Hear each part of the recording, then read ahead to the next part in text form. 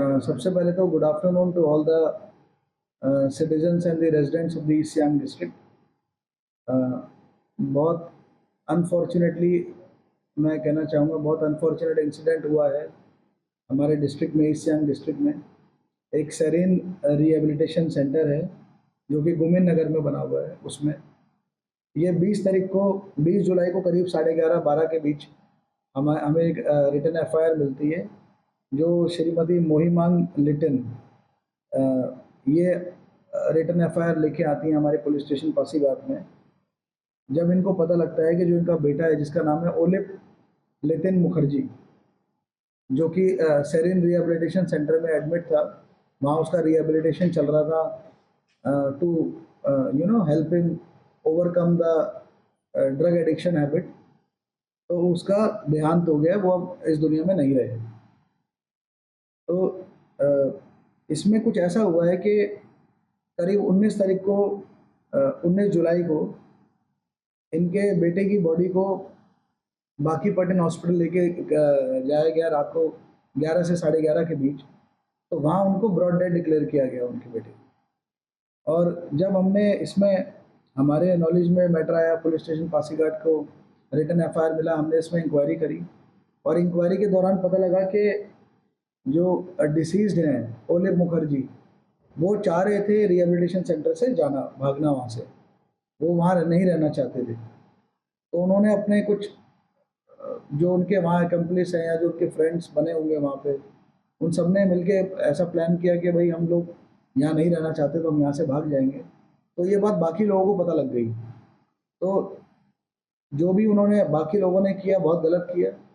उन्होंने उनके साथ फिजिकल टॉर्चर किया, जो विक्टिम है, जो डिसीज्ड हैं, उसकी पिटाई करी डंडे से। तो जब इसके बाद तक उसको विक्टिम को कुछ हुआ नहीं था, लेकिन 19 जुलाई को जब ये पिटाई हुई है, जो हमें इंक्वायरी में पता लगा, उसके 1-2 घंटे बाद करीब जब उनको दिक्कत हुई, ओलिप मुखर्जी को और हॉस्पिटल लेके जाया गया, तो she was declared broad dead.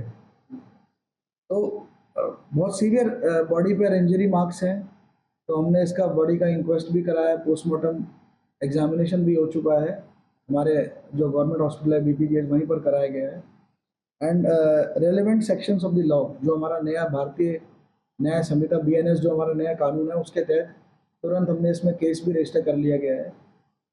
और इसके अलावा इसमें अभी तक 11 लोग, जिसमें मैनेजमेंट जो वहाँ का सेरेन रिहेबिलिटेशन सेंटर का जो मैनेजमेंट के इंचार्ज है, जो असिस्टेंट मैनेजमेंट इंचार्ज है, काउंसलर हैं, डिटॉक्स इंचार्ज हैं, किचन इंचार्ज हैं, तो इन सभी को मिला के करीब 11 लोगों को हमने इसमें अरेस्ट किया है अभी तक। और फर्दर इन्वेस्टिगेशन अभी भी चल रहा है। जो टेक्निकल इन्वेस्टिगेशन का जो टेक्निकल पहलू है, चाहे सीसीटीवी एनालाइज करना या बाकी चीज़ों को बारीकियों से देखना, उस पर भी हमारी टीम काम कर रही है। तो ये हमारे लिए काफ़ी प्रायोरिटी का केस है, बहुत ही इम्पोर्टेंट केस है, बहुत सेंसिटिव केस है। तो इसमें मैं अभी इतना ही आपको बता पाऊँगा इस केस में। इतना कहना चाहूँगा कि कंप्लेंट मिलते ही इसमें हमने बहुत स्ट्रॉन्ग और स्विफ्ट एक्शन लिया है। और जो सीवियरेस्ट सेक्शंस ऑफ लॉ हैं, जो सबसे सीवियर सेक्शंस हैं, सबसे मतलब बड़े सेक्शंस हैं, उसमें इस केस को रजिस्टर किया गया है और लोगों को अरेस्ट किया गया है। तो इसमें बेल पुलिस स्टेशन लेवल पर कुछ भी ऐसी कार्रवाई नहीं की गई है। जो भी बेल का प्रोसीडिंग्स होगा, वो इनको जुडिशियल बेल लेना पड़ेगा। और अभी ये फ़िलहाल हमने इनका पुलिस कस्टडी लिया हुआ है, 5 दिनों का पुलिस रिमांड पे हैं for further interrogation and investigation. ये मेरे तरफ से इस केस के बारे में ब्रीफ था। जो मैं मेरी अपील रहेगी सभी लोगों के लिए, सारे सिविलियंस के लिए, सिटीजन्स के लिए, ईस्ट सियांग डिस्ट्रिक्ट के सभी नागरिकों के लिए, लोगों के लिए मैं आपसे तहे दिल से रिक्वेस्ट करना चाहूँगा, अपील करना चाहूँगा कि आप अगर अपने बच्चे को रिहेबिलिटेशन सेंटर में भेज रहे हैं, देखिए रिहेबिलिटेशन कराना बुरी बात नहीं है, ये तो एक बहुत पॉजिटिव स्टेप है, बहुत अच्छा स्टेप है। डी एडिक्शन कराना, रिहेबिलिटेशन कराना, ये एक बहुत अच्छा स्टेप है। लेकिन उसी के साथ साथ थोड़ा सा हमें ये देखना पड़ेगा कि जहाँ आप अपने बच्चे को भेज रहे हैं, जिस सेंटर में भेज रहे हैं, क्या वहाँ पर रहने के कंडीशंस बेटर हैं कि नहीं है, मतलब वहाँ साफ सफाई, बेसिक सैनिटेशन, बेसिक हाइजीन है या नहीं है। दूसरा, वहाँ पर एक सर्टिफाइड मेडिकल डॉक्टर नर्सेस की टीम है या नहीं है। तीसरा, वहाँ पर जो मैनेजमेंट की टीम है उनका कैसा बिहेवियर है आपके बच्चे के लिए, उनका कैसा बर्ताव है। वहाँ पर रिहेबिलिटेशन एक बहुत ब्रॉड कंसेप्ट है। इसमें एक्सरसाइज कराना, योगा कराना, मेडिटेशन कराना, उनको मेन स्ट्रीम से जोड़ना, उन लोगों को जो बेचारे ड्रग एडिक्शन के शिकार हो चुके हैं। तो रिहेबिलिटेशन का मतलब वो होता है। तो ये सारी सुविधाएं होनी चाहिए उस सेंटर में, तभी आपको बेनिफिट होगा उसमें अपने बच्चे को एडमिट करा के।